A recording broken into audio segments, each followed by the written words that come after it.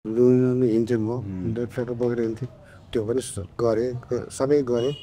अनि त्यसपछि फेरि अब के गरेर किनेर सुरु हो त्यसपछि फेरि चाहिँ मैले क्रमबद्ध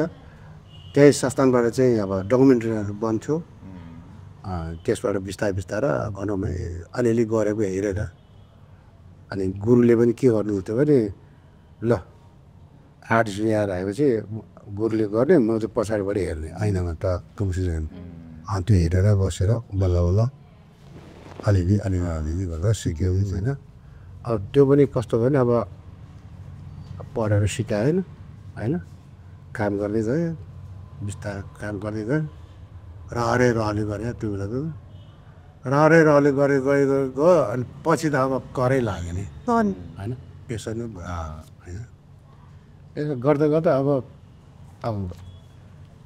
थाहा नै भयो कि 4 दशक पार भइसक्यो पार भएको